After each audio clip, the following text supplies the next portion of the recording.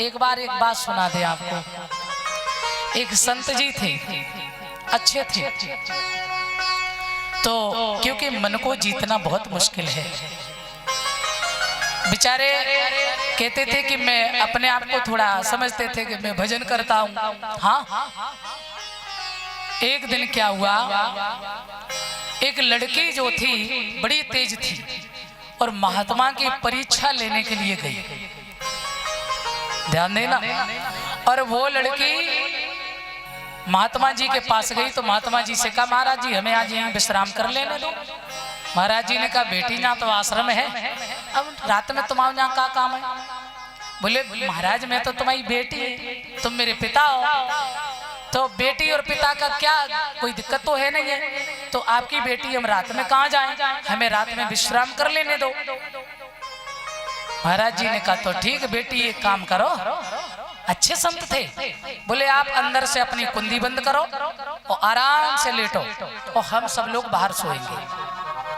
बेटी लेट गई और ठीक अर्धरात्रि के बाद उस लड़की ने क्या किया, बढ़िया 16 श्रृंगार बनाए, बढ़िया पैजनियां बांधी पांव में, श्रृंगार बनाया, सुंदर उसने अपने आप को सजाया। और उसके बाद उस लड़की ने रात में नाचना शुरू किया, ध्यान देना। और जब उसने नाचना शुरू किया है तो कान में झनकार गई महात्मा जी की। महात्मा जी खड़े हो गए। पाप कई प्रकार का होता है, अपराध कई प्रकार से होता है व्यक्ति से, जरूरी ना है कि किसी को मार दो तभी अपराध है। बाणी से अपराध, आंखों से अपराध, किसी चीज पर बुरी दृष्टि डालना ये अपराध ही तो है। बाणी से अपशब्द बोलना अपराध ही तो, कई प्रकार का अपराध है। पैरों से चींटी चैटा मर जाए अपराध। इसीलिए तो कहते कि परमात्मा से सुबह शाम क्षमा याचना करनी चाहिए, क्योंकि हम लोगों से जाने कितने अपराध होते रहते, ये सच है। कोई ये न सोचे कि मुझसे अपराध नहीं, मैं स्वयं अपने आप को बता रही कि मुझसे भी जाने कितने अपराध होते हो। तो भगवान जी से कहते, प्रभु जी अपना बच्चा समझ के क्षमा कर देना। तो प्रभु को ये तो लगता है कि चलो गलती हो भी जाए, परंतु जो स्वीकार कर ले तो उस गलती को गलती नहीं कहते हैं। क्षमा करता है परमात्मा, दया का सागर है, समुद्र है।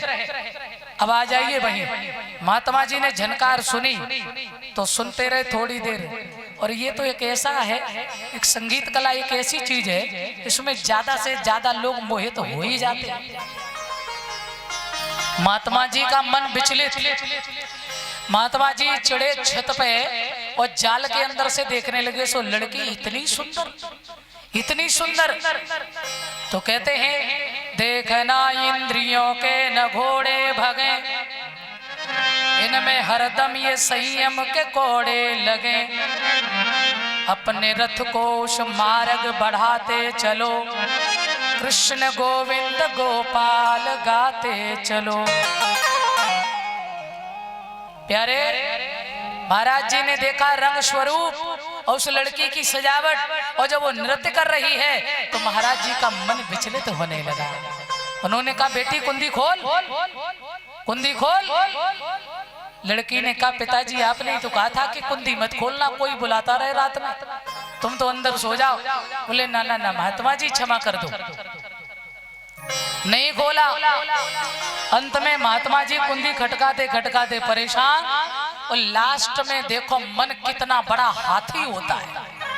देखिए, गुरुजी को जैसे तैसे निकाला। कही, गुरुजी यहाँ क्या करने आप आए थे?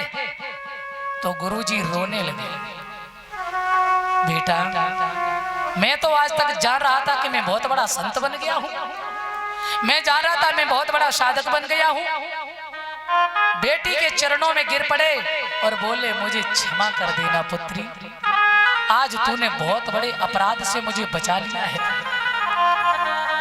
तो इतना तेज मन दौड़ने वाला जो बेचारे संत महापुरुष जीवन कमा रहे भजन में, और बेजब मन को न डांट पाए रहे हैं, तो हम लोगों की कोई औकात है क्या?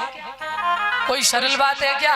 हाँ, रोक सकते हो, ऐसा भी नहीं कि नहीं रोक सकते हो, रोक सकते हो। धीरे धीरे प्रयास करते रहिए, धीरे धीरे प्रयास करते रहिए, तो आप सब कर सकते हैं, ऐसा नहीं है। परंतु ये मन एकदम से रोकने वाली चीज नहीं है। तो मन है मनुष्याणाम कारणम बंध मोक्षयो बद्धम तू विषयासक्तम मुक्तम निर्वशयम मनः। ये मन ही तो बंधन का कारण है, ये मन ही तो हमें हमेशा गहरे में ले जाता है। मन की इतनी न मानो, और हम तो आपको क्या बताओ, मन तो छोड़ो, इतनी सी 10 ग्राम की बीड़ी, और इतना बड़ा आदमी 7 फीट का आदमी, और आदमी कर्म का इतना अधीन है। अरे वो छोड़ो, इन अमलों का इतना बड़ा अधीन है कि 7 फीट का आदमी 70 किलो का आदमी और 10 ग्राम की बीड़ी बाई कथा से उठा ली जाती है। सच बता रहे, बीच में तलब लगी तो बीड़ी ने कही उठो, तो उन्हें कही है कैसी बात कर रही हो, अबे कथा चल रही है। हाँ अभी व्यास जी बढ़िया मधुर कथा सुना रहे, सब कनेक्शन ही बिगड़ जाएगा। तो थोड़ी देर तो वो शांत हो गई, और थोड़ी देर बाद फिर बोली उठो पहले हमें देखो। हाँ, और सच तो ये है कि बीड़ी उठा के ले जाती है, और जब व्यक्ति साइड में जाके जब सुल्पा 2 लगा लेता है तभी फिर चैन। अब बताओ, इतना आधी व्यक्ति 10 ग्राम की बीड़ी के चक्कर में, इतनी सी पुड़िया तम्बाकू की, और उसका अधीन है, जबकि अधीन तुम्हें उस तम्बाकू को करना चाहिए अपना, कि नहीं मर्जी है तो नहीं खाएंगे, और तू मन कुछ भी कर ले तेरी सब मानेंगे। तू भजन सुना, कीर्तन सुना, कथा सुना, तेरी अब मानेंगे, लेकिन तू ये गलत काम बताएगा तो बिल्कुल नहीं। और ये सत्य है कि ये मन मार मार के फिर अपने आप शांत बैठ जाता है। इसकी लगाम को पकड़े रहो, इंद्रियों की लगाम को खींचे रहो, और जितना खींचे रहोगे उतना ही तुम चैन में रहोगे, और जितना इसको ढील तुमने दे दी तो ये मन तुम्हारा जीना मुश्किल कर देगा, इंद्रियां जीना मुश्किल कर देगी। कपिल भगवान से माता देवहूति कहती है, पुत्र ये हर इंद्री अपनी अपनी तरफ मुझे खींच रही है, मैं करूं तो करूं क्या? तो बोले कोई बुरी बात नहीं है, संसार में रहना गलत नहीं है, इंद्रियां अपनी तरफ खींच रही, ठीक है, तुम एक काम कर लो। क्या? आंख कहती है मुझे सुंदर रूप दिखाओ, तो दिखाओ ना ठाकुर जी को, दिखाओ ना राम जी को, दिखाओ ना अपने भगवान के चित्र चरित्र प्रभु नर्मदेश्वर को, चित्र ही तो देखना है ना, दिखाओ। रसना कहती है सुंदर स्वाद चाहिए, पनीर खाओ, बढ़िया भोजन करो, पकवान सुंदर सुंदर करो, है? लेकिन उसका पहले एक काम कर लो, भले बढ़िया भोजन बनाओ, शुद्ध बनाओ, बना के पहले भगवान को भोग लगा दो, और भोग लगाने के बाद में फिर वो प्रसाद बन जाता है।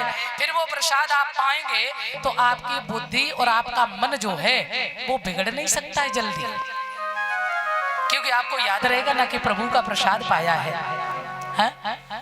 कुछ भी आपको खाना है, पीना है, पहनना है, या रोना है, हंसना है, गाना है, तो भगवान के सामने करो, प्रभु के लिए करो।